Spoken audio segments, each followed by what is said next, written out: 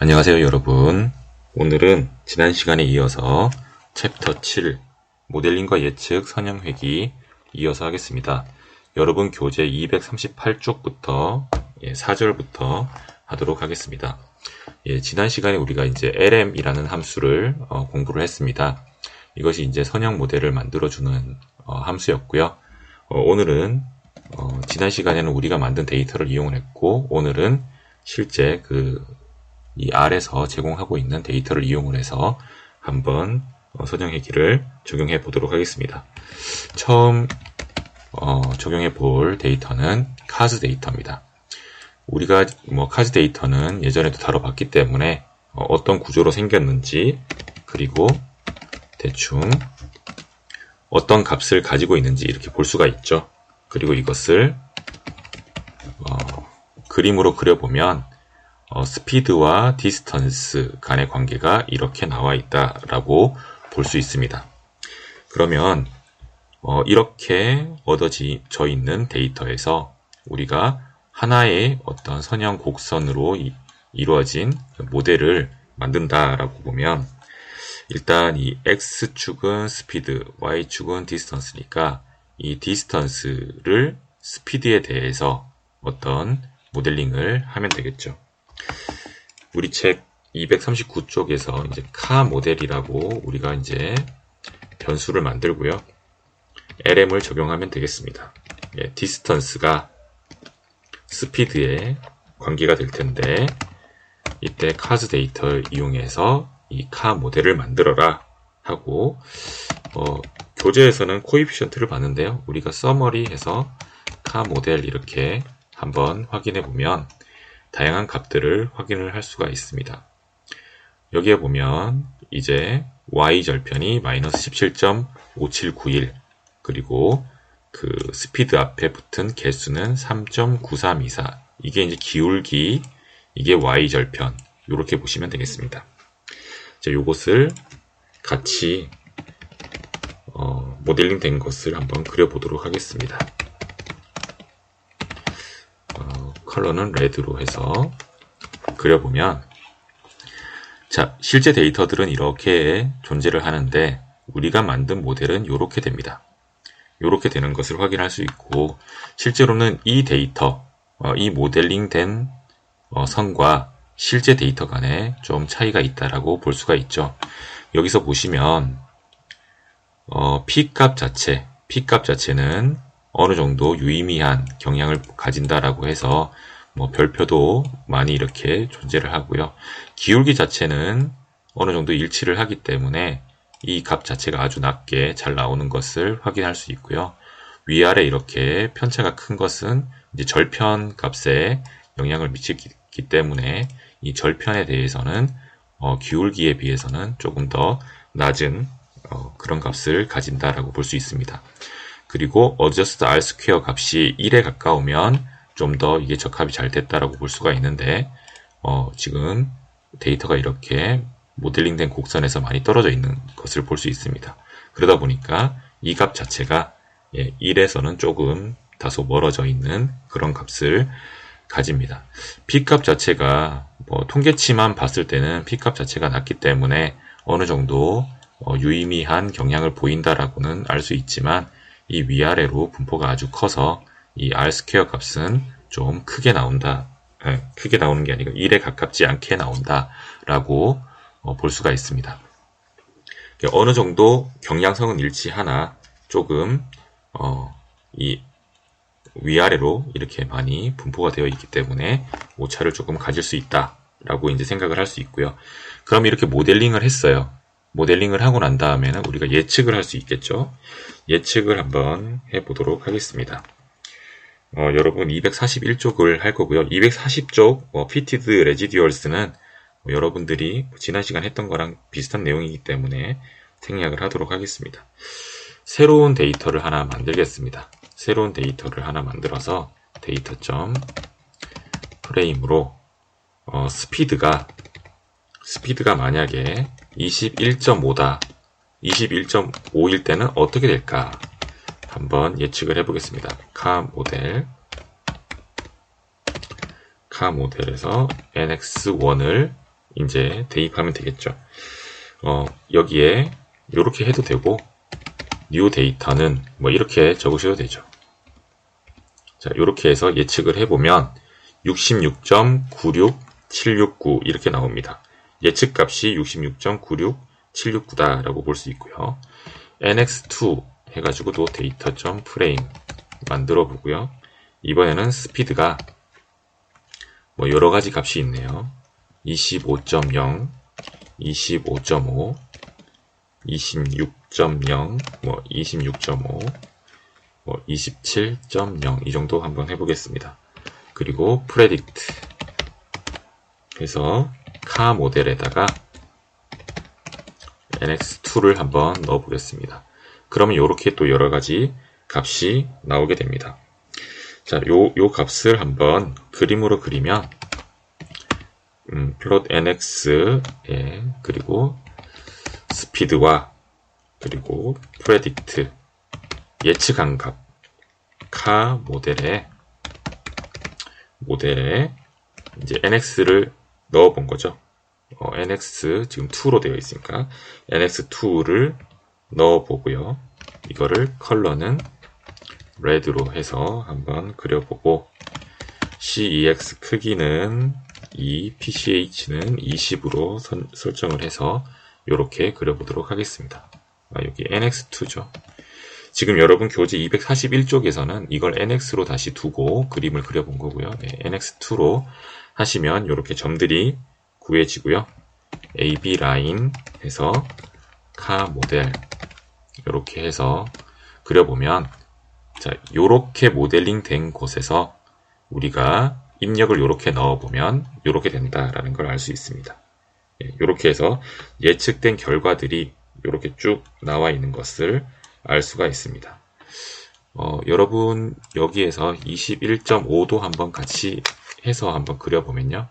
21.5도 같이 그려보면 여러분 241쪽 나와 있는 그림과 잘 일치하는 그림을 또 얻을 수 있습니다. 자, 이렇게 뭐 x가 21.5, 뭐 25, 25.5 이럴 때 어떻게 예측되는지를 이렇게 그려볼 수가 있고요. 실제로는 이건 이제 그 예측 값이고 실제 데이터들은 이렇게 좀 산포도가 분포도가 이렇게 위아래로 많이 펼쳐져 있었기 때문에 이게 완전히 그 속도를 아주 대변한다라고는 조금 볼 수는 없지만 경향성 자체는 스피드가 증가함에 따라서 우리가 예측되는 이 거리, 스타핑 디스턴스는 멀어질 수 있다라고 이제 예측을 할 수 있겠죠. 자, 요 모델은 약간 이제 분포도가 이렇게 있을 때의 그 결과를 조금 한번 예측을 해본 것이고요. 242쪽에는 이 카즈라는 데이터를 이용을 해서 분산 분석까지 해본 결과가 되겠습니다. 우리가 실질적으로 모델링을 할 때 이렇게 1차 곡선으로만 그 모델링을 하는 건 아니기 때문에 한번 다양한 다항식을 좀 적용을 해서 한번 해보도록 하겠습니다. 카즈 데이터를 한번 그려보는데 x 레이블은 그냥 뭐 속도 그리고 y 레이블은 거리 이렇게 해서 우리가 좀 보기 편하게 거리 이렇게 해서 그림을 하나 그려보겠습니다. 그리고 x는 시퀀스로 0부터 25까지 length out 몇 개로 200 이렇게 해서 x를 하나 만들고요. for i in 1부터 4까지를 한번 적용을 해보겠습니다. 1차부터 4차 다항식으로 모델링을 해볼 건데요. 모델링 할 때 그 lm을 쓸 거고요. 디스턴스가 폴리 해서 이제 다항식을 할 건데 스피드 i 이렇게 하고요. 데이터는 cars 이렇게 해서 하고 이때 만들어지는 모델은 paste 함수는 이제 이게 문장을 붙여서 출력해주는 함수죠. 자, m이라는 글자와 그리고 우리가 여기서 다항식을 할 때 1차부터 4차까지 할 건데 그 만약에 1차면 m1 이런 식으로 붙이려고 합니다. 이때 구분 기호는 그냥 점을 적겠습니다. 그래서 m.1, m.2, m.3, m.4 이런 식으로 우리가 모델링한 것을 각각 저장을 하겠다라고 보시면 되고요. 자, x predict 그리고 m data.frame 스피드가 x 그리고 여기에 i 네, m으로 예측한 것을 하나하나씩 라인으로 다시 한번 겹쳐서 그려보도록 하겠습니다. 이렇게 하고 마지막으로 분산 분석도 한번 할 건데요. m.1 우리가 만든 거 m.2, m.3, m.4 이렇게 한번 분석을 해보겠습니다. 위에서부터 하나씩 수행을 하면 자 이렇게 그리고 아노바 분석까지 한번 해보겠습니다. 자 우리가 여기 이제 곡선이 여러 개가 나오는데 일단 뭐 1차 곡선으로 쭉 간 라인이 있고요. 그 다음에 뭐 2차 곡선으로 한번 해본 거 3차, 4차까지 폴리노미얼로 한번 해봤습니다. 우리가 실제로 카즈 데이터 한번 해가지고 헬프 카즈 한번 해볼까요? 헬프 카즈 데이터 해서 보면 여기 쭉 해가지고 여기 나오죠? 폴리노미얼로 리그레션 한 예제가 있는데요. 요 예제를 조금 우리가 변경해서 지금 교재에 실었습니다. 요 예제를 했다라고 보시면 되고요. 그러니까 1차부터 4차까지 다항식으로 우리가 모델링을 한번 해본 겁니다. 모델링을 해보고 난 다음에 여기서 아노바 분석을 분산 분석을 한번 해봤습니다. 그래서 모델 1부터 모델 4까지가 있는데 이것을 쭉 보면 얘네들끼리의 상관관계를 그냥 쭉 나타낸 거예요. 얘네들끼리의 상관관계를 나타내가지고 서로 뭐 큰 차이 없이 유의차 없이 다 이 데이터들을 대변한다라고 볼 수가 있고요. 그래서 결국에는 1차부터 4차까지로 뭐 고차 다항식으로 모델링을 해도 뭐 그냥 다 비슷비슷하게 예측이 된다. 모델링이 수립됐다. 이렇게 볼 수가 있고요. 결국 우리는 저차로 모델링하는 것이 좋기 때문에 뭐 1차든 4차든 그 데이터 뭐 적합에서는 거의 비슷하다라고 보면 되고 우리는 그냥 가장 저차인 1차 모델링을 해도 무방하겠다라고 보시면 되겠습니다. 그 이유는 이제 데이터들이 이렇게 좀 많이 중구난방으로 좀 퍼져 있기 때문에 그렇다라고 보시면 됩니다. 퍼져 있긴 있으나 어쨌든 속도가 증가하면 거리가 증가하는 경량성은 볼 수 있다. 이 정도로 이제 이해하시고 넘어가면 되고요. 이 카즈 모델을 아주 잘 대변하는 하나의 선을 이렇게 만든다고 해도 실제로는 오차가 좀 클 수 있다라는 것은 우리가 염두에 두고 진행하면 될 것 같습니다. 자, 카즈 데이터는 조금 이렇게 분포가 이렇게 되어 있기 데이터의 그 산포도가 좀 높기 때문에 우리가 완벽하게 예측은 잘 못했지만 다음 절에서 나오는 위민 데이터, 그냥 우먼이죠. 위민 데이터를 가지고 해보면 조금 더 잘 맞는 결과를 얻을 수 있을 겁니다. 여러분 244쪽 데이터를 한번 보겠습니다. 자, 우리가 이제 카즈 데이터 말고 위민 데이터를 한번 보고요. 이건 데이터가 그렇게 많지 않기 때문에 직접 이렇게 한번 보면 15개의 데이터가 이렇게 쭉 나와 있습니다. 이것을 한번 그려보면 이렇게 조금은 아까보다는 좀 더 직선에 가까운 결과를 이렇게 알 수 있습니다. 요걸 한번 모델링을 해보겠습니다. 위민 모델을 한번 만들어 보겠습니다. 여기서 LM 자 몸무게 자 보통 우리가 할 때 이 Y가 궁금하죠. X축, Y축 했을 때 X를 바꿔봤을 때 Y가 어떻게 변하는지가 궁금합니다. 그래서 뭐 만약에 내 여자친구가 있는데 미국인 30대 여자친구가 있는데 키는 알고 있으나 몸무게를 물어보기에는 조금 부담스러울 수 있죠. 그럴 때 이 평균 데이터를 가지고 이런 추세가 있으니까 뭐 내 여자친구가 뭐 66 피트다 라고 하면 여기에서 여기 그 값을 모델링을 한 다음에 이렇게 몸무게를 알 수가 있겠죠. 자, 한번 잠깐만요. 이렇게 해서 확인을 한번 해보겠습니다. 피트가 아니죠. 예, 인치로 해서 높이는 인치. 예, 좀 아까 이상해서 한번 확인을 해봤습니다. 자, 키는 인치, 그리고 몸무게는 파운드. 이렇게 보시면 되겠습니다. 자, 여기에서 요걸 인치 단위로 해주세요. 자, 그리고 얘를 한번 모델링을 할 건데 웨이트를 예, 키에 대해서 어떻게 몸무게가 관계가 되는지 이렇게 할 수 있고요. 데이터는 위민 데이터를 쓰시면 되겠습니다. 이렇게 해서 모델링을 하나 하고요. 그리고 서머리로 한번 보겠습니다. 서머리로 위민 모델 이렇게 해서 한번 보게 되면 여기서도 이렇게 인터셉트, 자, y 절편이 나오고요. 기울기가 나옵니다. 그리고 이 값들 모두 아주 잘 통계적으로 유의미하다라는 걸 알 수가 있고요. 어드저스트 R 스퀘어 값도 1에 아주 근접한 값을 볼 수가 있습니다. 이게 아주 좀 그 카드 데이터보다는 아주 잘 정합이 됐다라고 보시면 되겠습니다. AB 라인을 이용해서 위민 모델을 한번 그려보면요. 예, 이렇게 직선으로 잘 나타나는 것을 알 수 있습니다. 물론 이걸 잘 생각해보면 약간의 2차 곡선으로 표현하면 더 잘 맞다라고 볼 수도 있지만 1차로도 충분히 잘 맞는 결과를 보일 것 같습니다. 예, 기존처럼 카드 데이터보다는 조금 이 데이터가 좀 직선에 가까워서 아주 잘 모델링이 된 것을 알 수가 있습니다. 그럼 또 예측도 할 수 있고 그러겠죠. 예, 그런 식으로 분석을 해보면 되겠습니다.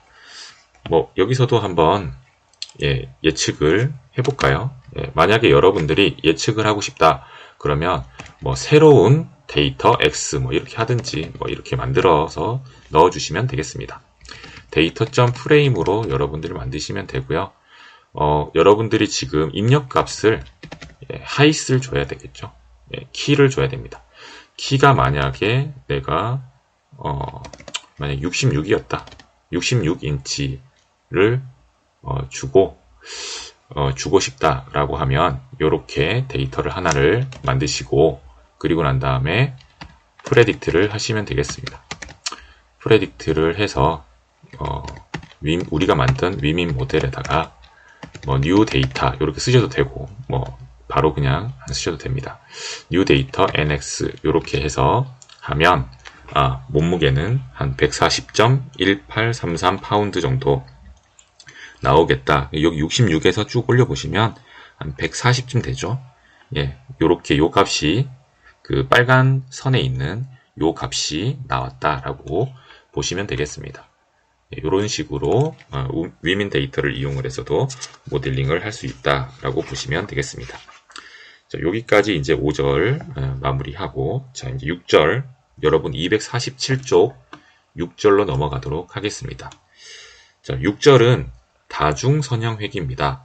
자, 우리가 기존에 지금 배웠던 것은 여기처럼 어떤 키가 이제 몸무게 키 하나의 변수가 이 몸무게에 미치는 영향을 이렇게 쭉 나타내고 난 다음에 모델링을 할 수가 있었잖아요. 근데 이 설명 변수가 X, Y, Z 3개가 될 수도 있죠. 여러 가지에 의존해서 이 몸무게가 결정될 수도 있습니다. 단순히 키가 아니라 다른 팩터가 있을 수도 있겠죠.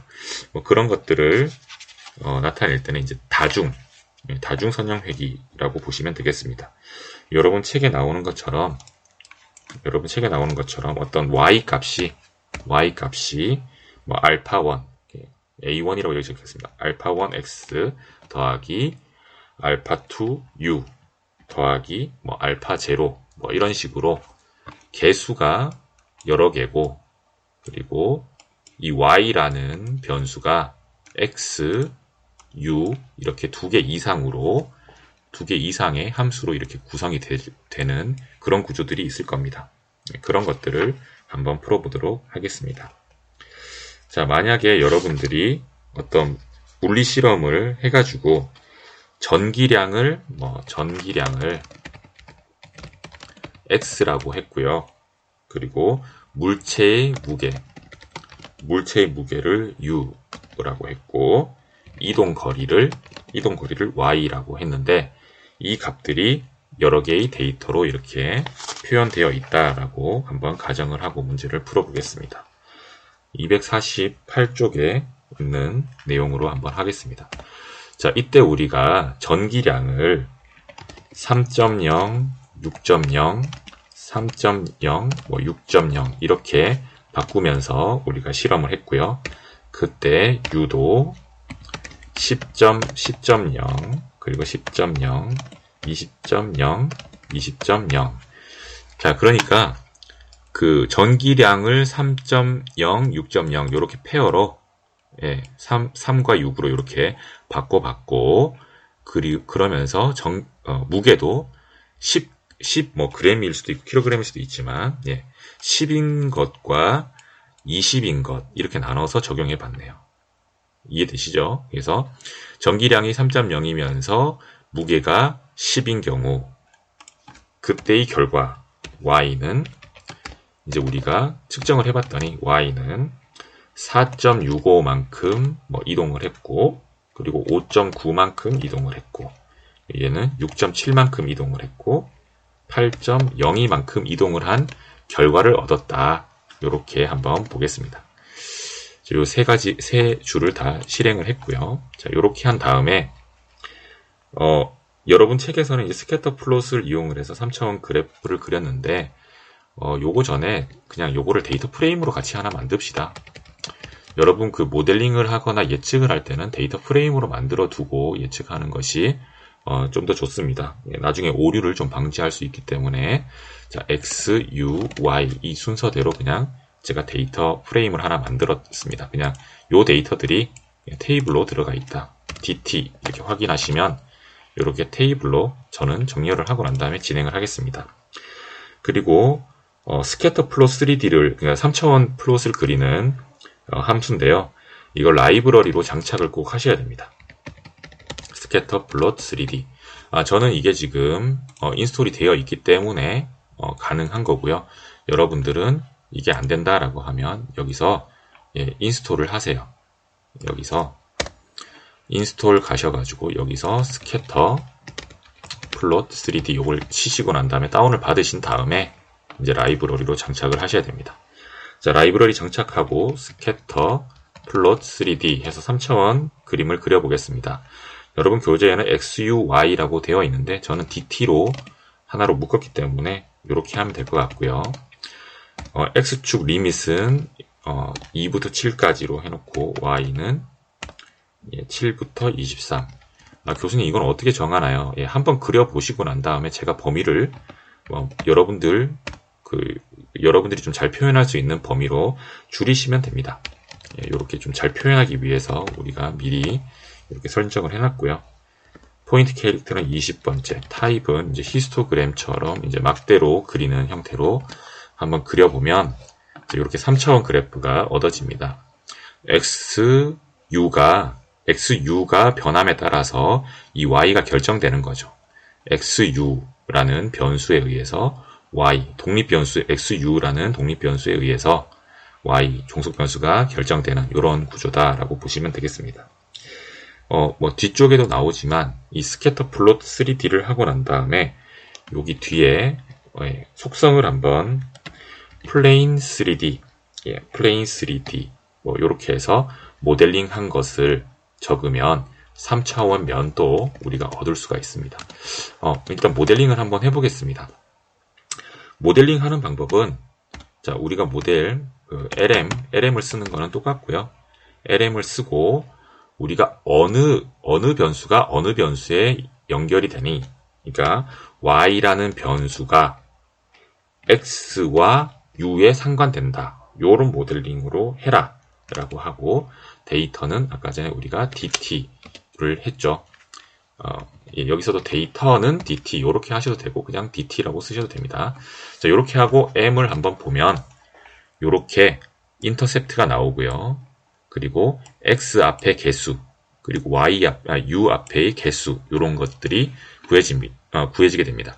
그럼 이건 어떤 의미냐면 y는 1.2625 더하기 0.4283x 더하기 0.2085u 이렇게 되는 겁니다. 이거 아시겠죠? 이렇게 수식을 얻어낼 수가 있습니다. 자, 이렇게 하고 난 다음에 뭐 이거를 서머리로 한번 보셔도 되고요. 서머리로 보면서 이거 인터셉트 p 값 그리고 이제 뭐 별표도 확인하시고 r 스퀘어드 값이 거의 1에 근접하네 하면서 모델링이 잘 됐다라는 것을 좀 알 수가 있습니다. 그리고 난 다음에 여기에 아까 얘기한 것처럼 요 그림을 그리고 난 다음에 여기에서 플레인 3D M 이렇게 해서 한번 여기 지금 M이 먼저 실제로는 수행이 됐기 때문에 되는 거고요. 위치를 바꾸자면 이렇게 해서 할 수 있겠죠. 이렇게 하면 모델링 된 요 평면이 이렇게 나오게 됩니다. 이렇게 네 점을 이렇게 감싸는 적절한 모델이 수립이 되었다라고 볼 수 있습니다. 물론 여기서 보이는 거랑 좀 다르게 약간의 오차가 있을 수도 있겠죠. 모델링 된 것이니까요.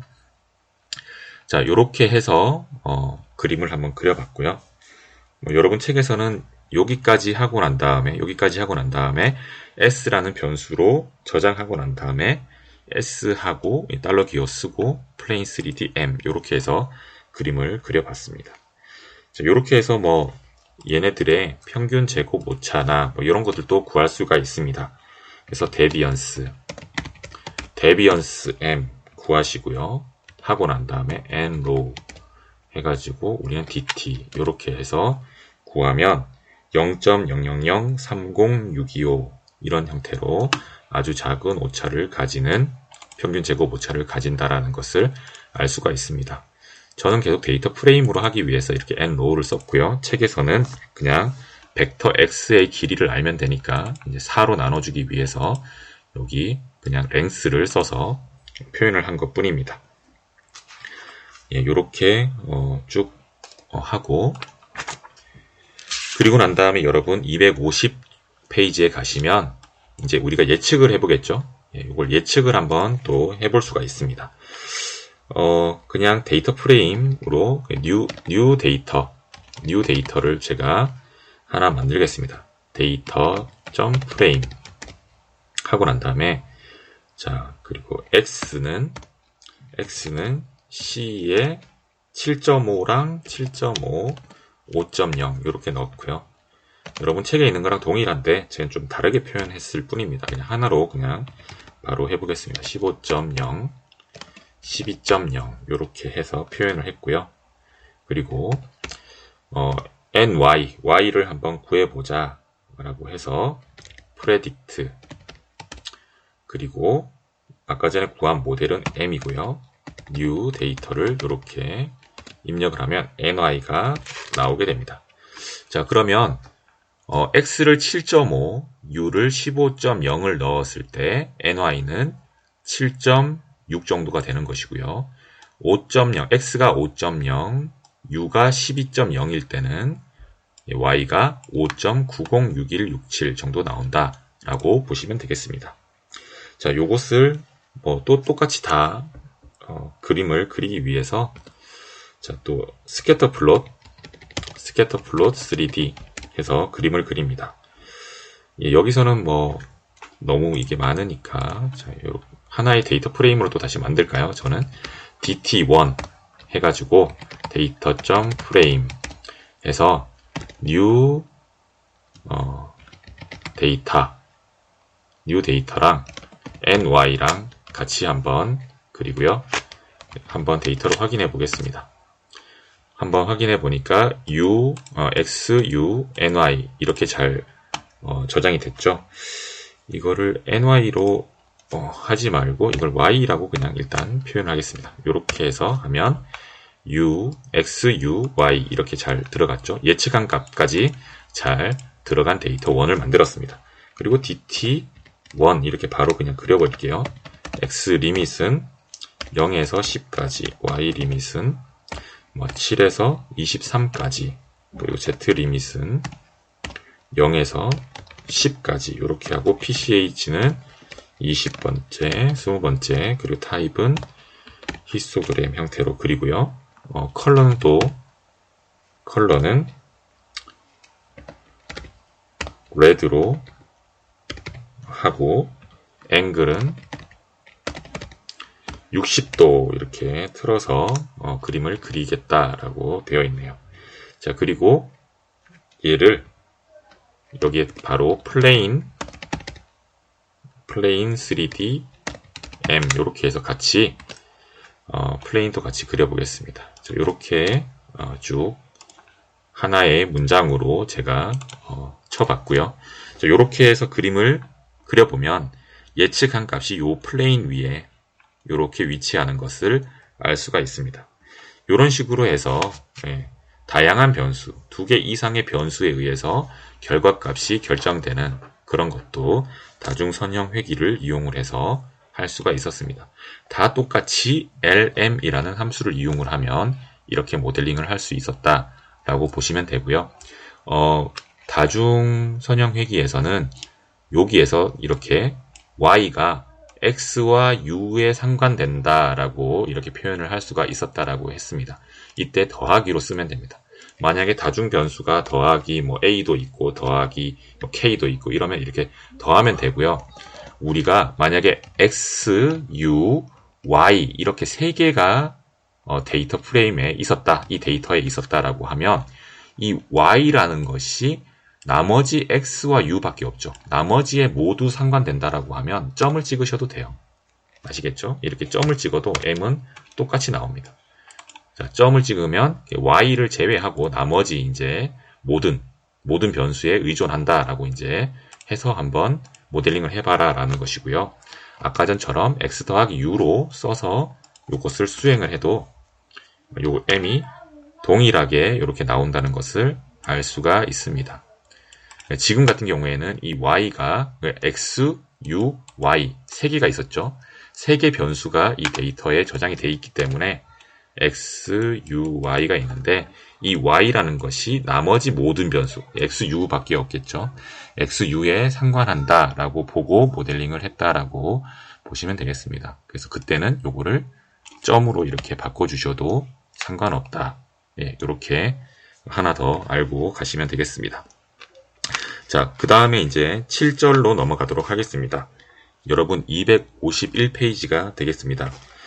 실제 데이터에 한번 적용을 해볼까요? 실제 데이터는 trace라는 데이터 스트럭처를 한번 보겠습니다. trace라는 데이터가 있습니다.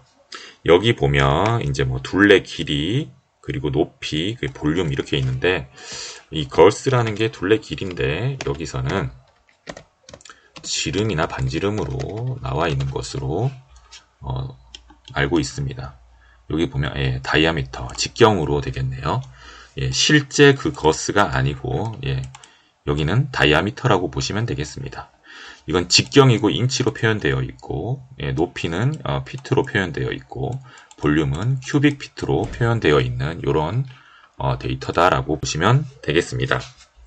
자, 요 데이터를 한번 요약을 해서 한번 보도록 하겠습니다. 이렇게 해서 보시면 여기 보면 민값, 중앙값, 평균값 해서 이렇게 요약을 한 결과를 볼 수가 있고요.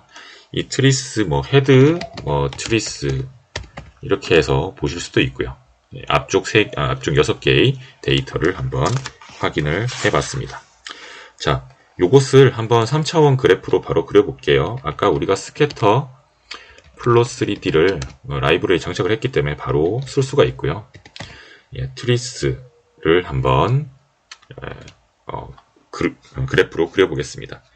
물론 거스, 하이트, 볼륨 이렇게 세 개 다 적어도 되지만 트리스에 요 세 가지가 있으니까 그냥 바로 그리셔도 이렇게 거스랑 하이트랑 볼륨 이렇게 바로 출력이 됩니다. 자, 요것을 이제 모델링을 한다. m이라는 것에 그냥 저장을 해보겠습니다. 여기에서 볼륨, 그러니까 목재의 어떤 볼륨이라는 것이 나머지 변수에 의해서 결정이 될 거다. 맞죠? 나머지가 지금 거스랑 하이트밖에 없으니까 점으로 그냥 표현을 하겠습니다. 데이터는 그냥 트리스 이렇게 해서 모델링을 하고요. m을 한번 다시 보면 이렇게 인터셉트는 57.9877 그리고 거스 앞에 붙은 개수는 4.7082 그리고 하이트 앞에 붙은 개수는 0.3393 이렇게 표현이 됩니다. 자, 이렇게 하고 난 다음에 요 모델링 된 거를 한번 또 그려볼까요? 예, 스캐터 플롯 3D 하시고요. 예, 트리스 하고 난 다음에 PCH는 20, 타입은 마찬가지로 예, 히스토그램 형태로 앵글은 55 이렇게 해서 하고 그리고 플레인 3D M 모델링까지 한 걸 가지고 같이 해보겠습니다. 스캐터 플롯하고 E가 같이 들어갔네요. 이렇게 하면 그림을 다시 한번 보면 이렇게 모델링 된 플레인과 실제 점들을 이렇게 나타냈습니다. 실제 점들이 이 데이터의 실제 점들이 이 평면과는 살짝 차이가 있을 수 있다라는 것을 우리가 알 수가 있을 겁니다. 그래서 이제 뭐 오차 분석이라든지 그런 것들을 좀 더 해볼 수가 있겠죠. 자, 그리고 이제 뭐 여기서 또 마찬가지로 예측을 해볼 수 있습니다. new 데이터를 그냥 이렇게 n 데이터라고 해서 하나를 만들도록 하겠습니다. 데이터.frame으로 우리가 하나 만들고요. 여기서 걸스는 8.5, 13.0, 19.0 이렇게 3개에 대해서 했고요. 높이는 72, 86, 그리고 85 이렇게 해서 만들었습니다. 그리고 프레딕트 바로 예측을 한번 해보겠습니다. n 데이터를 바로 그냥 쓸게요. n 데이터 이렇게 쓰면 자 8.5 그러니까 아까 전에 여기가 인치였던가요? 예, 인치 단위로 8.5인치의 지름을 가지고 높이가 13피트인 높이가 72피트인 이 나무는 볼륨이 6.457794 큐빅피트가 나온다라고 보면 되고요. 그리고 지름이 13인치고 높이가 86피트인 나무는 32.394 요 정도 큐빅피트만큼의 볼륨이 나온다. 이런 것들을 알 수가 있습니다.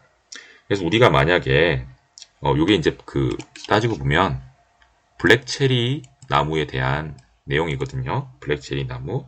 그래서 요 벚나무를 만약에 내가 잘라가지고 어떤 목재를 만들어야겠다라고 하면 이 세 가지를 다 이용을 하면 한 90 정도,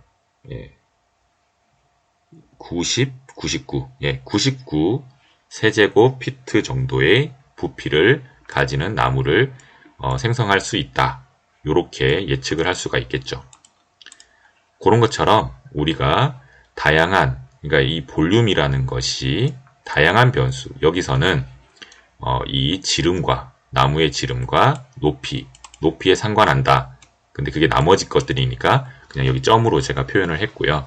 그러니까 여러 가지 변수에 의해서 결과값이 의존할 때는 이런 LM을 이용해서 다중선형 회귀도 가능하다. 이렇게 보시면 되겠습니다. 자, 이번 장 여기까지 내용을 다 다뤘고요. 한번 보시게 되면 결국은 우리는 LM이라는 함수를 우리가 배웠습니다. LM을 쓸 때 만약에 어떤 변수 y라는 변수가 x에 연관된다. 이렇게 써주시면 되겠습니다. 만약에 두 개가 그냥 벡터면 이렇게 써도 되는데 보통은 이제 데이터는 해서 여기에 어떤 데이터 이름을 적어주시면 되죠. 물론 이 데이터는 어떻게 구성돼야 되냐면 데이터 안에 x라는 열과 y라는 열이 반드시 있어야 됩니다.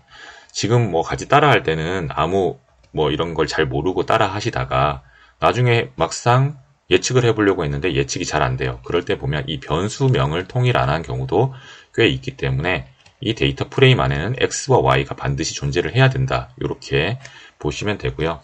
이 LM 한 것을 요약을 한 것을 LM을 그냥 어떤 모델이라고 해서 그냥 m이라는 변수에 저장을 보통 했었죠. summary m을 하면 됩니다. 여기에 뭐 coefficient, 뭐 fitted, residuals, 뭐 여러 가지가 있었죠. 뭐 결국은 우리가 평균 제곱 오차를 구하기 때문에 데비언스를 구한 다음에 데비언스 m 한 다음에 여기에 뭐 length x 뭐 이렇게 해줬는데 데이터 프레임으로 할 때는 nrow 해서 데이터 프레임 이런 식으로 해서 평균 제곱 오차를 구할 수 있습니다. 데비언스는 평균 제곱 오차를 구한 게 아니라 그냥 제곱 오차의 합을 구한 거기 때문에 평균을 구하려면 개수로 나눠줘야 됩니다. 데이터 개수로 나눠줘야 되기 때문에 이렇게 표현을 하셔야지 평균 제곱 오차가 구해집니다. 자, 뭐 이런 식으로 분석도 많이 해봤고요. 그리고 난 다음에 예측하는 함수가 있었죠. predict. predict를 하는데 그러면 위에 만든 뭐 m이라는 모델에 new 데이터를 넣어라. new 데이터는 뭐 ndt다. 요 ndt는 어떻게 구성이 돼야 되냐? new 데이터는 만약에 이걸 데이터 프레임으로 만들어야 되고요. 만약에 여기 이제 x 변수에 대해서 y가 어떻게 바뀌는지를 봤으니까 그럼 x가 어떨 때라고 하면서 뭐 1일 때, 2일 때, 3일 때 이런 형태로 데이터를 x는 하면서 이렇게 만들어 주셔야 됩니다. 여기 x와 여기 x 이렇게 명을 동일하게 해줘야 얘가 이제 x라는 것을 인식을 하고 이제 동작을 하겠죠. 이렇게 해서 예측을 할 수 있고 이 예측한 것을 바로 볼 수도 있고 예측한 값을 뭐 new y다 해서 이렇게 저장할 수도 있습니다. 맞죠? 그리고 난 다음에 뭐 이런 것들을 다 뭐 그림도 그려볼 수가 있겠죠. 플롯으로 그림을 그려보고 그 다음 AB 라인 M 뭐 이런 형태로 해서 우리가 모델링한 것을 같이 덮어서 그려도 봤습니다. 뭐 컬러는 레드로 뭐 해서 이렇게 그려봤었죠. 자, 요렇게 하면 이제 모델링도 하고 오차 분석도 하고 그리고 거기 안에 있는 뭐 요약 정보도 한번 보고요. 이 요약 정보를 볼 때 뭐 별표라든지 그리고 p 값이라든지 그리고 adjust r 스퀘어 값 같은 거를 보는 방법도 한번 얘기를 했습니다. 그런 것들 좀 잘 참고를 해주시고요. 이렇게 해서 예측까지 한 다음에 그 예측 곡선도 우리가 알아낼 수 있었습니다. 그리고 만약에 이제 다중선형획이다. 만약에 모델이 y라는 것이 x뿐만 아니라 u에도 상관된다. 혹은 뭐 a도 더 있다. 이 세 개의 변수에 상관된다라고 하면 이렇게 해서 하시면 되고 당연히 dt 안에는 뭐가 있어야겠죠? x, u, a, y 이 네 개의 열이 반드시 있어야 됩니다. 만약에 이게 전체가 4개의 열밖에 없었고 x, u, a가 y 말고 나머지 변수였다라고 하면 그냥 점을 이렇게 적어주셔도 된다. 예, 이렇게 얘기를 했습니다. 예, 이렇게 해서 다중선형회귀도 할 수 있고 나머지는 위와 동일하게 할 수가 있었습니다. 그리고 스캐터플롯 3D라는 함수를 이용을 해서 우리가 그림도 그려볼 수 있었습니다. 그리고 만약에 이거 모델링을 했으면 이렇게 해서 플레인 3D 해서 M 이렇게 하는 형태로 해서 뒤를 더 붙이면 이제 이런 평면 우리가 예측한 모델에 대한 수립한 모델에 대한 평면도 알 수가 있었습니다. 여기서도 마찬가지로 뭐 데비언스나 이런 것들을 이용을 해서 우리가 오차도 분석을 할 수가 있습니다. 자, 우리가 이번 장에서 배운 내용은 이 LM 함수를 잘 사용하는 것에 대해서 배웠습니다. 이것을 이용해서 한번 모델링도 여러 가지로 해보시고요. 여러분들이 뭐 다양한 데이터에 한번 적용을 해보시기 바랍니다.